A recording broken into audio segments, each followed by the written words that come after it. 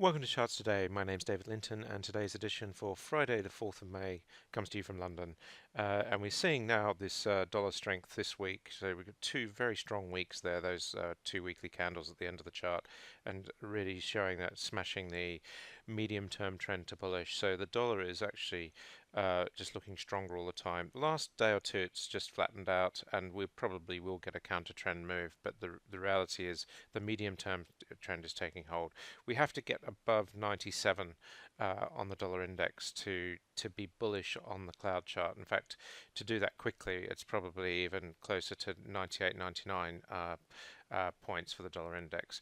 So a lot of work to do to turn long-term bullish, but medium-term and short-term it is looking pretty positive. And that, of course, means euro weakness, lower inflation numbers this week in Europe have put a cosh on interest rate rises in Europe, whereas the US is still likely to have it, and that sentiment has been reflected in the chart. So we're seeing the euro still bearish below the cloud, although it has been flat the last day or so. Looking at the dollar yen rate, just faltering a little bit as we try and break through the cloud on the medium term chart, the lagging line just struggling a little bit. So it's not fully through the cloud here, and we are just seeing the dollar is weaker against the yen short term. So the yen is just gaining some short-term strength.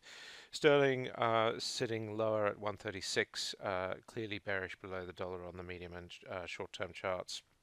And we do still have this target at 133, so sterling has potential to fall there against the dollar, and against the euro we're seeing sterling also just teetering along the bottom there with downside targets.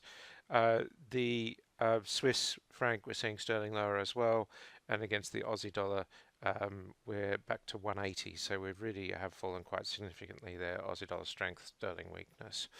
Looking at Bitcoin, it was up quite significantly yesterday, putting us into short-term bullish mode. More importantly, we are just seeing that we're about to just get back above the cloud on the medium-term chart. So quite interesting. A shortage of upside targets. This is just the slight concern, but it is looking pretty bullish on the medium-term trend change. U.S. markets. Have had a pretty bad week generally, and we're seeing that showing up in the weekly candle, and that activity showing through here on the last few days of trading. So we are just still bearish, medium and short term. It is a worry that the stock market is just struggling to recover, and there are signs of descending triangles building there on the S&P. The Nasdaq also potentially a head and shoulders building, and we're just struggling to break really convincingly back above the cloud. The Dow also has struggled. The shorter term, smaller constituents indices are struggling, and the Dow is still bearish, medium and short term, with downside potential some 5% there on the short term chart. The Russell 2000, the broader-based US index of 2,000 companies, is also still bearish short-term, medium-term, looking a little bit better than the wider-held indices. The futures are down slightly this morning. The S&P future down, and the Nasdaq E-mini also just heading a bit lower, down 0.2%.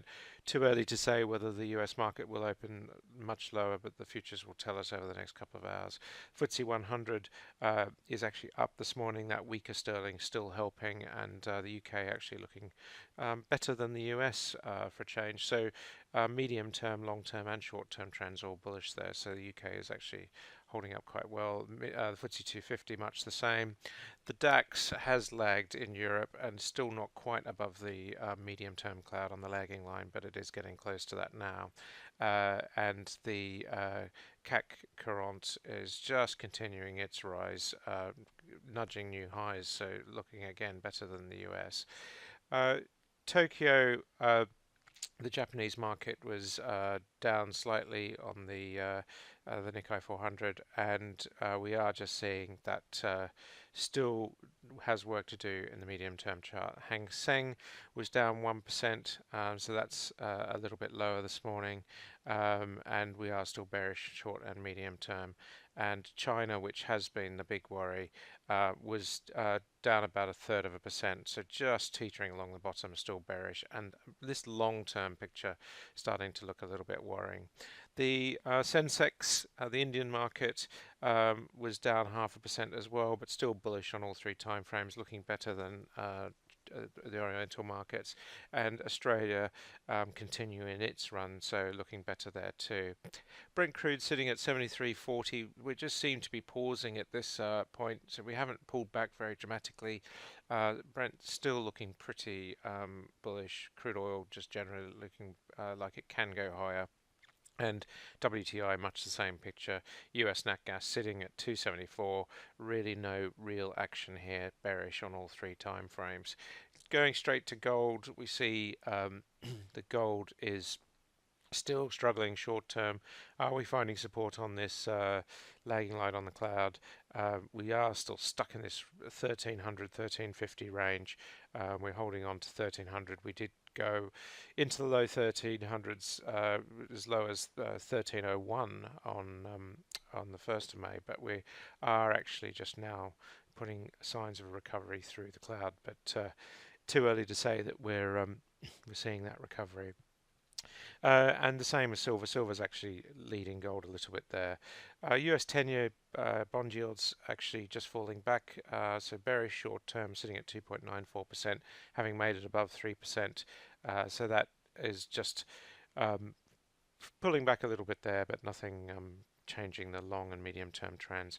Apple actually recovered quite strongly the last couple of days, so now looking more bullish.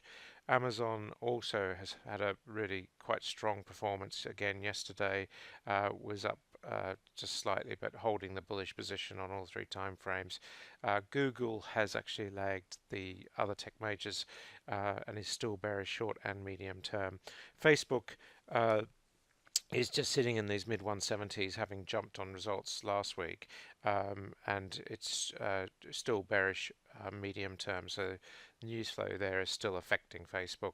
And last of all, Microsoft is actually just struggling short term, but medium and long term looking better. So the tech majors are the things to watch at the moment. These are what are driving the change in the market. Are they going to go lower or are they going to go higher? That's it for today. Have a great weekend. It's a bank holiday weekend in Europe, so in the UK. So see you on Tuesday. Until then, happy charting.